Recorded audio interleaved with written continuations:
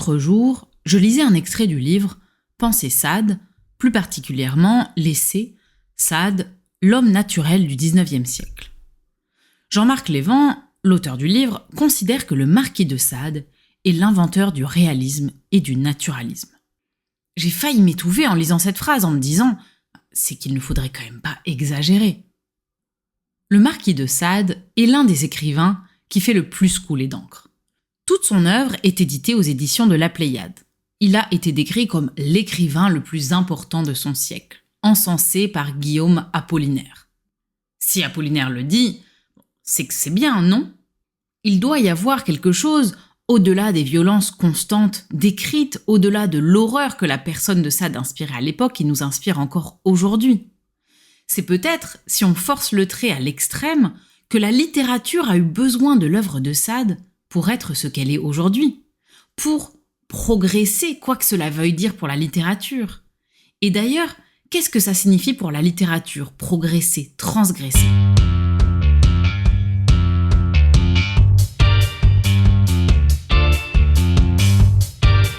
Bienvenue sur Hiatus, le podcast qui vous offre une pause littéraire dans votre quotidien, préparé, monté et animé par moi-même. Qu'est-ce qu'on lit ? Vous pouvez aussi me retrouver sur la chaîne YouTube du même nom. À chaque épisode, j'explore une question que personne ne m'a posée en me basant sur des livres, le tout garanti, sans snobisme, sans élitisme. D'ailleurs, vous n'avez besoin d'avoir lu aucun des livres qui sera cité, ni de connaître aucun auteur. C'est ça la beauté de Hiatus. Vous écoutez l'épisode 6, Sade a-t-il été indispensable à la littérature ? Évidemment, ce serait trop simple et même révélateur d'une fainéantise intellectuelle de ma part de me restreindre à l'œuvre de Sade. Surtout que deux aspects me semblent indispensables. D'une part, ce qu'on appelle les transgressions de forme ou de genre littéraire sur le comment écrire, et d'autre part, les transgressions de thématiques de représentation, sur quoi puis-je écrire. Même si, évidemment, ces deux types de transgressions ne s'opposent pas nécessairement, et que plusieurs choses peuvent être vraies en même temps. Rien que la nuance, on dit. Il m'arrive assez souvent que les œuvres trop anciennes, ce qui signifie pour moi avant le XIXe siècle, me paraissent ennuyeuses ou difficiles. L'histoire peut me lasser, et la manière dont elles sont écrites, la difficulté que je ressens à lire les phrases, me fait reposer le livre. J'ai eu récemment le cas avec Les fiancés de Manzoni, considéré comme l'un des livres fondateurs du réalisme italien. Eh bien, l'intrigue longue, redondante et les phrases sur lesquelles je butais ont eu raison de ma patience. Même impression souvent avec le théâtre antique ou classique. Je me souviens de mes années d'élève et d'études à bûcher sur les vers pour comprendre. Et certains et certaines vont s'émerveiller précisément de ce que je trouve opaque dans ces pièces. Il ne s'agit que de mon expérience. Il est difficile aujourd'hui, avec le très vaste éventail de formes et de genres auxquels on a accès, d'imaginer la rigidité passée de la littérature. Une œuvre, pendant longtemps, devait être écrite en vers ou en tout cas répondre à des règles bien définies, souvent venues de nos amis latins. Et bien sûr, tout n'était pas un sujet de littérature. Il fallait avoir des sujets galants, nobles, considérés comme acceptables. Ceux qu'on appelle les premiers romans, comme Clélie ou la princesse de Clèves par exemple, ce sont bien des histoires avec des personnages qui représentent la haute société de l'époque. Les thèmes aussi sont ceux de l'amour, soit filial, soit amoureux, mais bien sûr sans passage olé olé. Le terme transgression lui-même signifie aller plus loin, dépasser. Le terme n'a pas forcément, étymologiquement, la connotation négative qu'on peut lui donner aujourd'hui. Celui qui transgresse, c'est celui qui marche au-delà d'une ligne existante, connue. Pour définir cette ligne existante, il faut 1. Qu'il y ait une norme, et 2. Qu'elle soit connue, acceptée et partagée par tous, ou la plupart. À un moment donné, des gens A ont théorisé que c'était ça le beau, l'attendu en forme littéraire et en sujet littéraire, et les autres B ont dit d'accord, car les premiers incarnaient pour eux, pour différentes raisons, l'autorité sur ce sujet. La règle n'est pas forcément négative, elle rassure, elle permet d'être en terrain connu, reconnu, et à aucun moment elle n'empêche de créer. Une règle, c'est comme un cadre, comme une toile qui est certes vierge, mais délimitée par des contraintes précises dans lesquelles l'artiste vient créer. Il est tout de même un peu fou de se dire que tout ce qui ne répondait pas à ces règles était jugé comme n'étant pas de la littérature, voire ne pouvait être lu. L'un des plus grands transgresseurs, celui qui a mis un coup de pied dans la fourmilière pour faire bouger tout ça et à qui on doit tant, est Victor Hugo. Que ce soit les règles de forme ou les mots qu'on pouvait ou pas utiliser dans un poème, il en avait un peu sa claque. C'est pour ça qu'il a revendiqué l'utilisation déjà de tous les mots dans un poème et la libération des formes contraignantes et passées selon lui.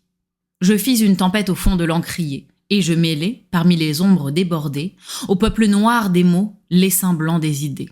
Et je dis, pas de mots où l'idée s'envole pure ne puisse se poser, tout humide d'azur. Je montai sur la borne Aristote et déclarai les mots égaux, libres, majeurs.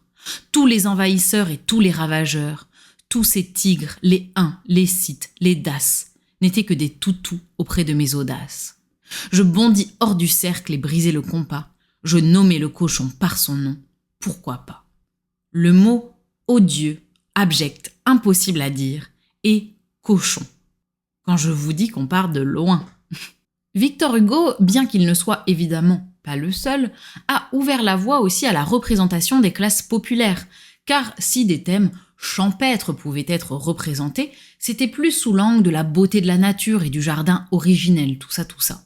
Il faut attendre que des auteurs aussi influents que Balzac et Zola pour que le roman, genre relativement récent d'ailleurs, existe en tant que tel et fasse une place à tout type de personnages et d'histoires. Dans Zola, vous avez toutes les conditions sociales représentées et des choses affreuses aussi qui s'y passent, comme des viols, des agressions de tout genre. Mais quelle horreur que ces représentations pour les bourgeois du temps de Zola. On interdisait d'ailleurs les romans aux jeunes femmes particulièrement, sauf des romans qui avaient été considérés comme pouvant être lus par elles pour qu'elles ne découvrent pas des choses peu scrupuleuses et peu belles. Dans Pot-Bouille de Zola, les femmes lisent en cachette des livres considérés comme interdits, dont notamment un livre de Balzac. On n'a pas idée à quel point la société était choquée par ces romans, car ils étaient censés détourner tout le monde de la moralité, quoi que ça veuille dire. Les transgressions de forme et de genre, celles qui perdurent, celles qui ont contribué à façonner notre littérature, sont incarnées par des auteurs. On a par exemple Rimbaud pour le vers libre ou Apollinaire pour l'absence de ponctuation. Aujourd'hui, il semblerait que tout puisse être de la poésie, aux grandes dames de certains irréductibles qui voient par là son affaiblissement plutôt que son renouvellement. Quand Cécile Coulon a reçu le prix Apollinaire de poésie en 2018, à l'âge de seulement 27 ans, on a vu fleurir des chroniques de blogs et des éditorialistes effarés, considérant que ce qu'elle écrit est bien sympathique, mais que ce n'est pas la poésie la vraie. Ah, cette capacité à dénigrer tout ce qui ne nous touche pas ou tout ce qu'on ne comprend pas, c'est vraiment une constante. Les transgressions sont comme le réacteur de l'écriture. Chercher à écrire différemment, chercher à faire autre chose, soit en rupture complète avec ce qui précède, ou de manière plus précise. Et c'est ce qui fait la littérature aujourd'hui et son histoire, qu'on se reconnaisse dans ces transgressions ou pas. Le roman contemporain français fait beaucoup dans l'autofiction et la mise en scène du soi, de son intimité la plus profonde. Tout ça nous est possible grâce à notamment l'influence des surréalistes qui ont, par les techniques d'écriture automatique, cherché à connecter l'écriture au subconscient, à la pensée dite réelle de l'individu. C'est que le moi profond est devenu digne d'écriture et d'intérêt pour être lu. Et si Les Champs magnétiques de Philippe Soupeau et d'André Breton, un recueil de poèmes écrits en écriture automatique, n'a selon moi qu'un intérêt très limité, c'est la possibilité offerte à leur génération et aux générations futures qui est intéressante. Bien sûr, toutes les transgressions de forme, de genre, de comment on écrit n'ébranlent pas forcément les fondements de la littérature tout entière.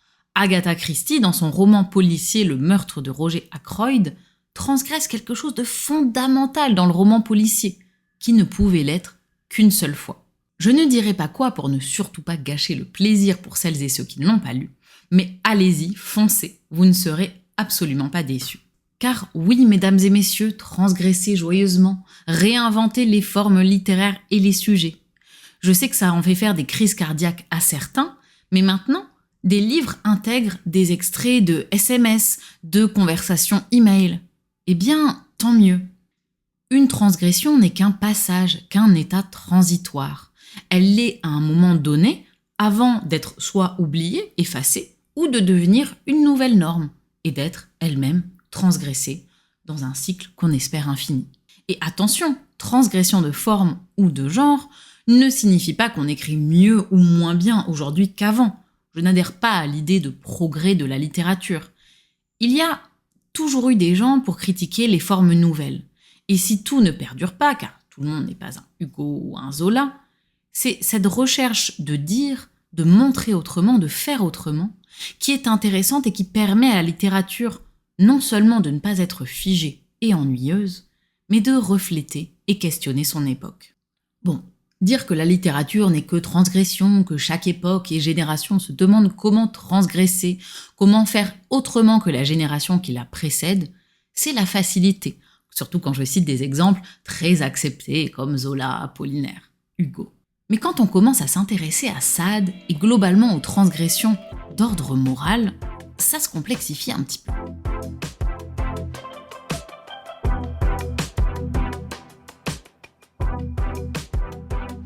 Qu'est-ce qu'une transgression morale en littérature ? L'exemple sans doute le plus connu est celui des Fleurs du Mal, le recueil de poésie par excellence. Pour ce recueil, Baudelaire a été condamné pour outrage à la morale publique et aux bonnes mœurs. La justice de l'époque a considéré que ces poésies manquaient de pudeur et multipliaient les peintures lascives, c'est-à-dire qu'elles étaient un petit peu trop olé olé. Aujourd'hui, on voit difficilement ce qui peut choquer. Dans notre société hypersexualisée, où les corps sont constamment montrés, le sexe un objet de discussion et de représentation constant, les vers de Baudelaire sont presque trop éthérés, trop métaphoriques pour nous. Et au-delà de cet exemple, La Route des Flandres de Claude Simon a fait son entrée dans les programmes littéraires depuis environ 10 ans. Si le roman est une écriture qui cherche à rendre les mouvements de la pensée et la manière dont les idées et souvenirs se contaminent les uns les autres, il y a énormément de passages très très détaillés d'actes sexuels dans le livre. Or, si l'on étudie sans censurer ces passages, c'est bien qu'il est devenu acceptable, normal, de décrire avec autant de précision et réalisme un acte sexuel. Une des œuvres les plus transgressives est Lolita de Nabokov. Le narrateur est un homme d'environ 35 ans, Humbert Humbert. Il nourrit des pensées pédophiles à l'encontre donc de Lolita, une enfant de 12 ans. C'est d'un des livres les plus dérangeants qui soit car toute l'histoire est vécue du point de vue de Humbert, qui s'imagine que Lolita le provoque et désire cette relation pédocriminelle. Nous, lecteurs, lectrices, nous sommes régulièrement en train de le comprendre, voire de compatir avec lui, car on en vient à oublier l'objet de son désir. Si on peut écrire du point de vue d'un pédocriminel, on peut écrire sur tout. Mais attention, Nabokov ne cherche aucune complaisance envers son personnage et le condamne absolument. Il nous questionne sur notre perception, notre compréhension de points de vue différents du nôtre et notre acceptation de certains discours selon de qui ils viennent. C'est une œuvre qui est faite pour déranger, pour nous mettre mal à l'aise. D'ailleurs, quand une œuvre est moralement transgressive, on va presque systématiquement aller chercher des justifications du côté de la vie de l'auteur. Si j'écris sur ce sujet, c'est que moi-même je dois avoir une pulsion ou un désir réprimé, non ? Parce que l'auteur le plus controversé, considéré comme le plus transgresseur au monde, peut-être pas au monde, mais en tout cas en France, est le marquis de Sade. Sans surprise, le monsieur a quand même donné son nom à un nouvel adjectif sadique. Avant lui, il n'existait pas de mot pour décrire le plaisir que l'on retire à générer du mal à quelqu'un d'autre. Il est à l'origine des œuvres les plus effrayantes qui soient, comme par exemple les 120 jours de Sodome. On a tous entendu parler de Sade. Mais avez-vous déjà lu un de ses livres ? Ou essayé d'en lire un ? Parce que, on ne va pas se mentir, Sade, c'est monotone et surtout, c'est pas très très bien écrit.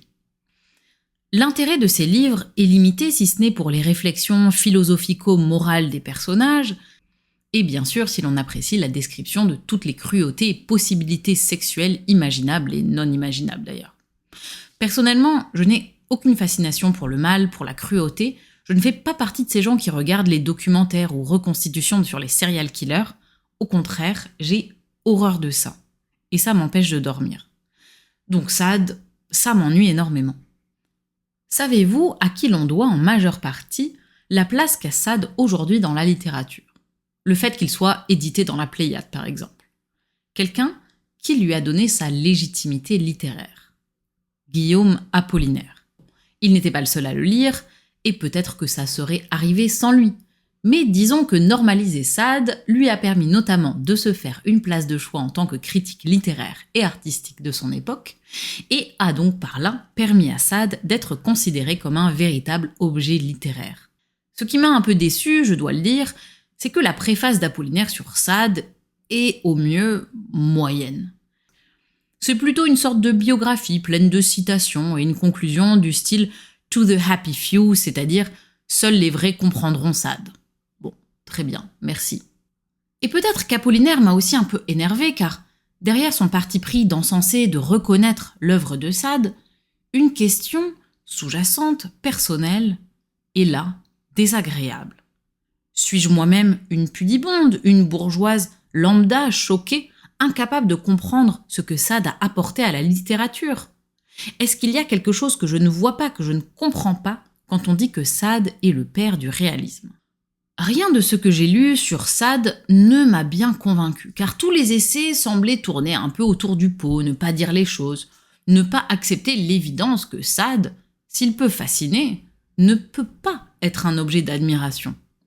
Une seule personne a su m'apporter les réponses nécessaires avec un essai passionnant qui a le bon goût de replacer la lecture de Sade dans son contexte historique et culturel de l'époque, ce qui a éclairé énormément de choses.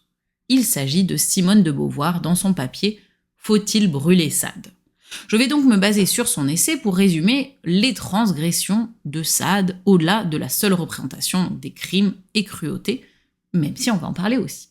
Simone de Beauvoir commence en reconnaissant le manque de nuances dans le traitement de Sade, à la fois ses zélateurs qui sont béats d'admiration devant le divin marquis, et ceux qui lui refusent tout intérêt ou aimeraient voir ses écrits brûlés. Sade se définissait comme un athée. Or, à son époque, bien avant la séparation de l'Église et de l'État, même avant la Révolution française, il n'était pas permis d'être athée. On peut lui reconnaître d'avoir contribué à mettre en avant l'hypocrisie de la religion, notamment dans son roman Juliette.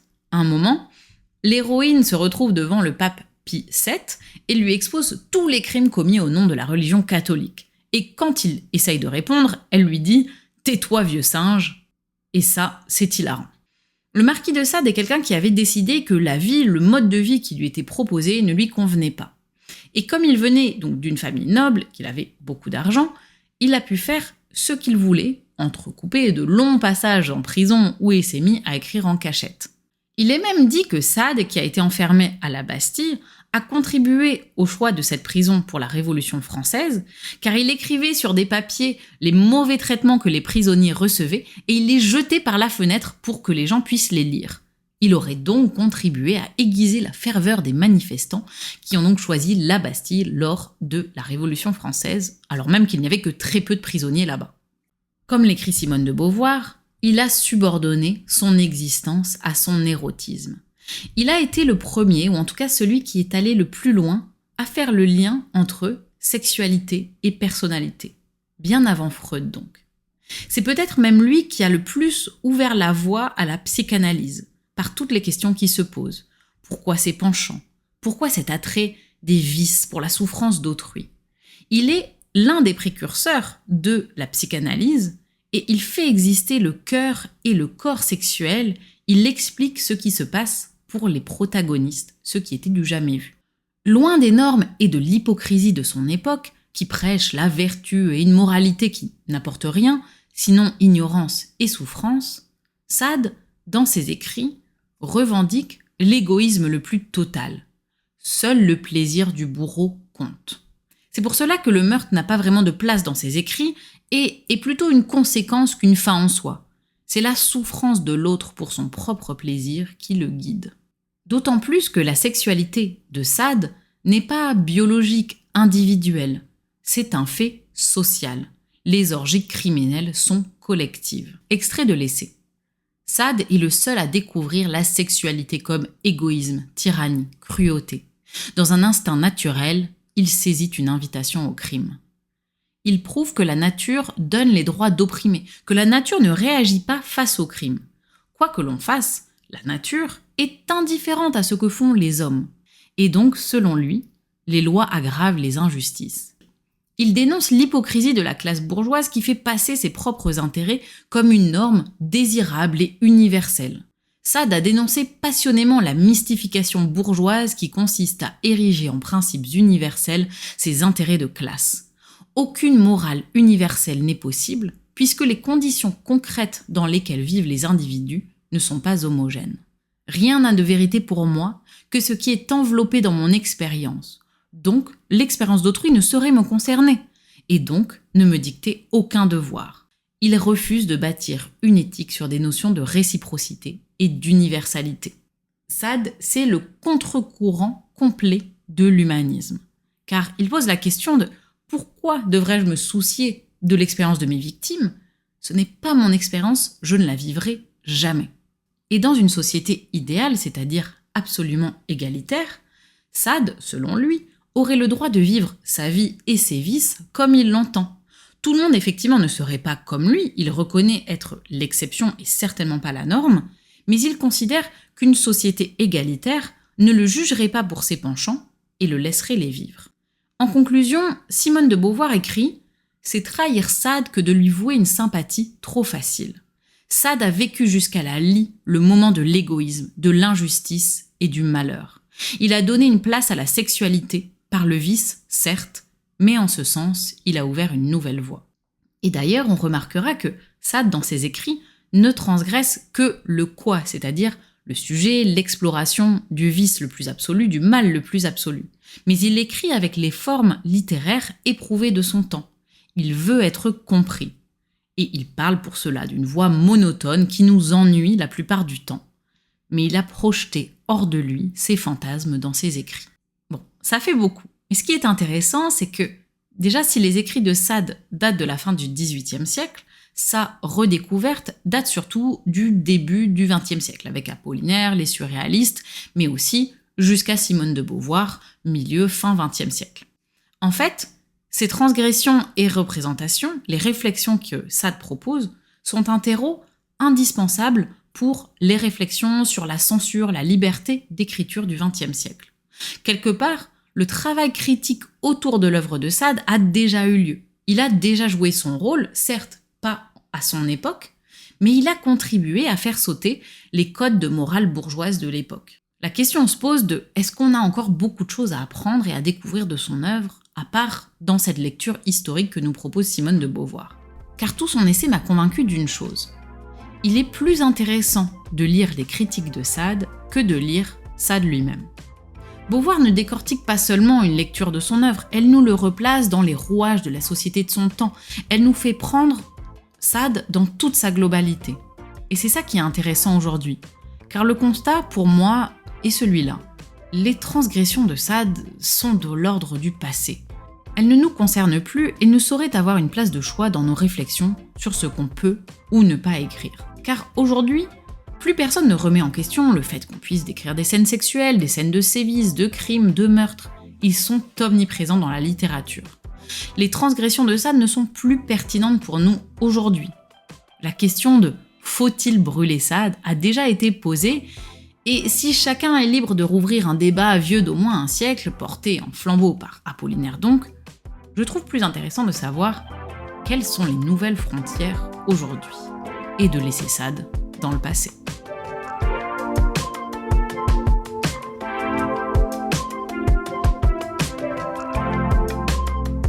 Quand on cherche qui sont les nouveaux Sade, deux noms reviennent constamment. Le premier est Gabriel Matzneff, un auteur français autrefois auréolé de gloire, grand ponte du milieu, aujourd'hui poursuivi en justice pour divers chefs d'accusation de pédocriminalité.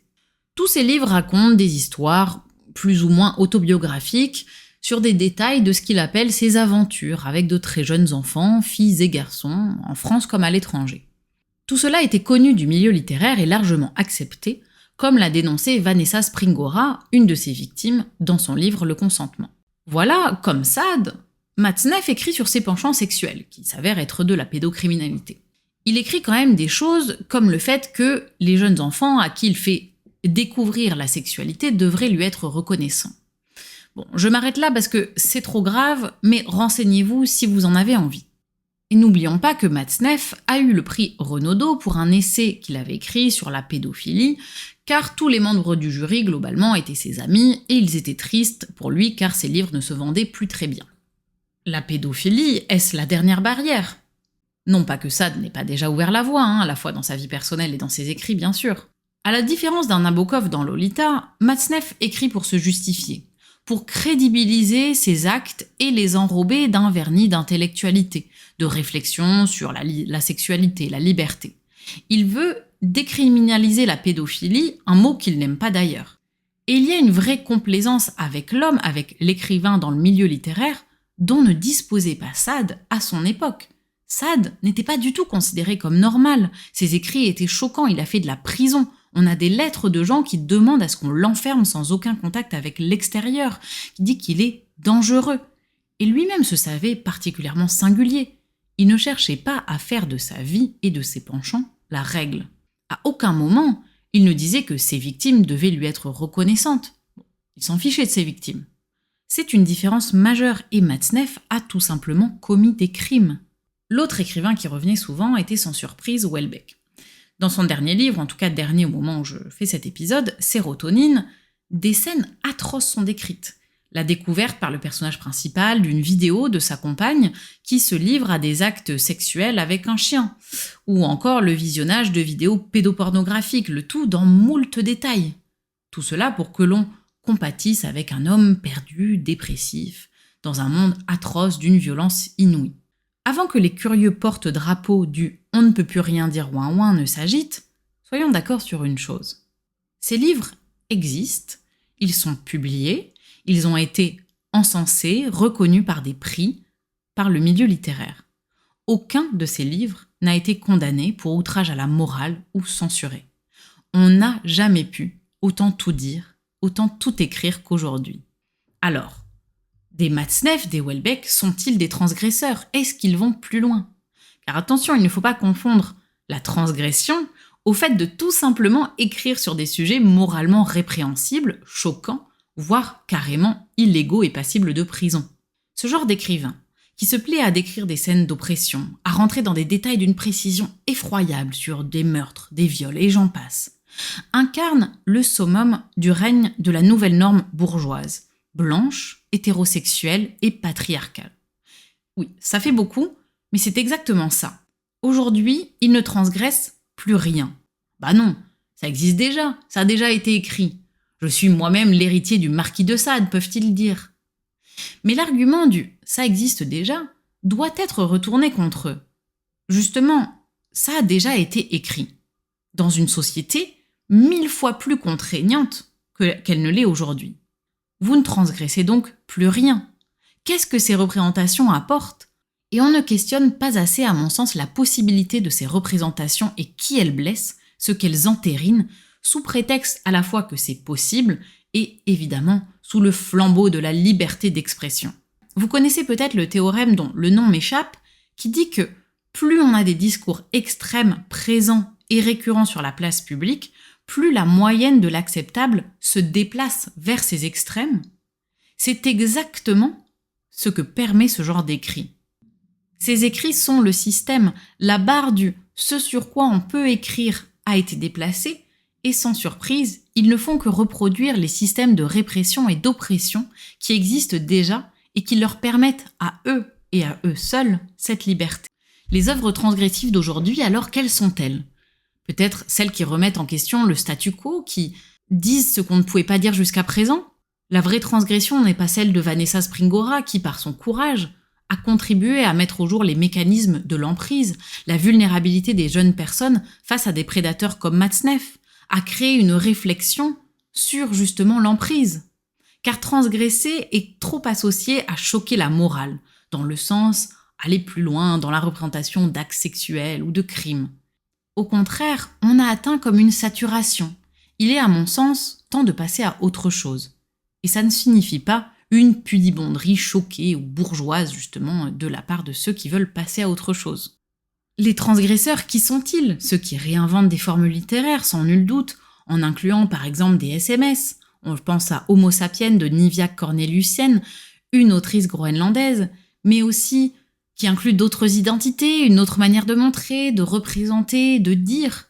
On a aussi des livres qui jouent avec les codes du digital, qui offrent des expériences au-delà du seul objet livre et qui disent que le livre n'est plus un seul objet textuel. Et ce sont souvent d'ailleurs les personnes qui se disent polémiques ou sulfureux, ou qui sont cataloguées comme telles, qui vont critiquer ces changements, ces transgressions qu'elles ne comprennent pas toujours et qui vont marteler que ces œuvres sont bien gentilles, mais ce n'est pas de la littérature. Alors, quelle est l'avant-garde aujourd'hui en littérature? Quelles sont les nouvelles transgressions? Quelles sont les nouvelles frontières à franchir? Voilà, cet épisode est terminé. Merci pour votre écoute. Il a été le plus difficile à écrire et à réaliser pour moi, car j'ai l'impression que tellement plus pourrait être dit. Je sais que on est encore sur la face émergée de l'iceberg, mais je ne peux pas non plus faire un mémoire à chaque épisode. J'espère donc que vous aurez de nombreuses réactions et contributions à la réflexion, évidemment toujours dans la bienveillance, même dans le désaccord. Merci pour votre écoute, j'espère que cet épisode vous a plu. Hiatus est un podcast à fréquence aléatoire que vous pouvez retrouver sur YouTube et aussi sur toutes les plateformes de podcast. À bientôt!